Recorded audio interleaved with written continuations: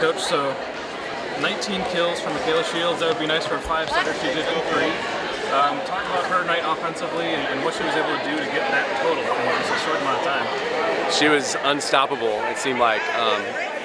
I would say the majority of those kills were on high out-of-system balls, and she was just crushing the ball. She was up high and hitting hard, and once in a while she would see the double block and just roll it for a kill. And there were times where she didn't kill it, but she was just really smart about being patient. And I thought she blocked well too. So she had a real good night. We had several players with real good nights. And it seems like with Michaela, it's not about her hitting any harder than anyone else on the court, but she's just hitting so much smarter. Is that just something that's been innate with her, or is that something that you've kind of taught her as the season's gone on?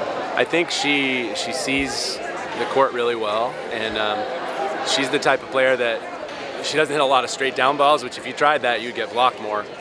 She hits deep corners, and I think because she's left-handed, unless you have somebody in your gym all week and you're practicing against that, it's very hard to adjust to. You can watch it on video all you want, but unless you see it all the time, it's tough. And so I think that's where everybody wants to recruit left-handed opposites and left-handed setters, because it's definitely an advantage on that side of the court. And defensively tonight, it seemed like the defense for you guys was more aware of kind of the tips and the roll shots. There was a lot better communication. It seemed like that kind of short defense was really short up tonight. Was that something you focused on this week in practice?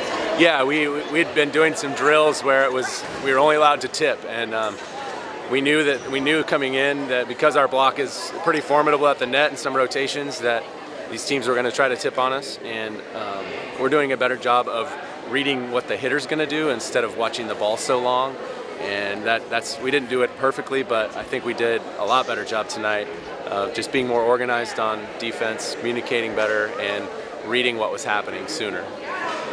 How nice has it been to see this consistency here in the first part of the year, especially going back to Georgia? Y'all fought some tough battles there and came out so close, but how proud of you? Yeah, I'm really proud of how consistently tough they've been.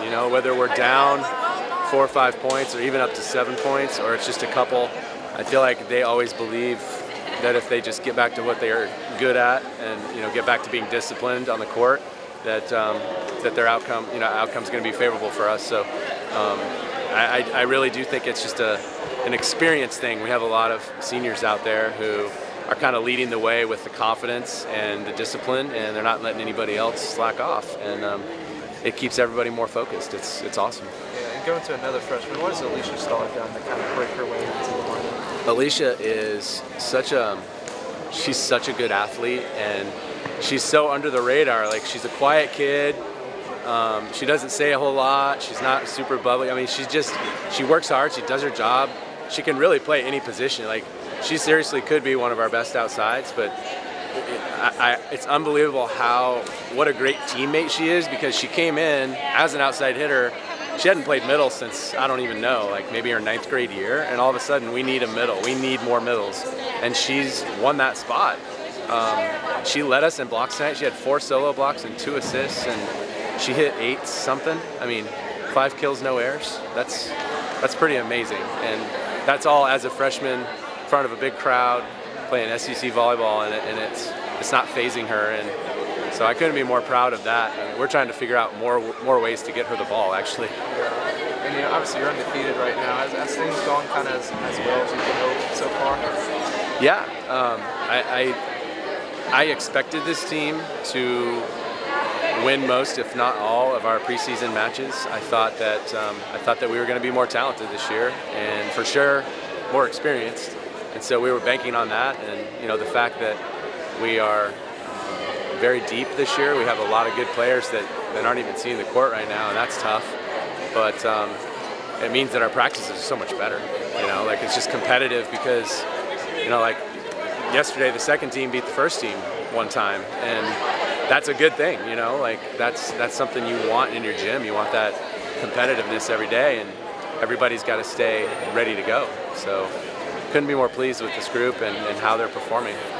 I don't want to get too far ahead. I know you still have tomorrow, but after tomorrow, does anything kind of change? It's entering SEC play. The level definitely changes. We're going to see a lot more athletes as good or better than what we have. So the good thing about that is I feel like in my 6 years, this is the best we match up with everybody. Like, we have big blocking, we have some high-flying, hard-hitting attackers, we have good setting, we have some pretty good ball control and defense, and so I'm excited for the challenge. And our mantra in the beginning of the season was, we fear no one.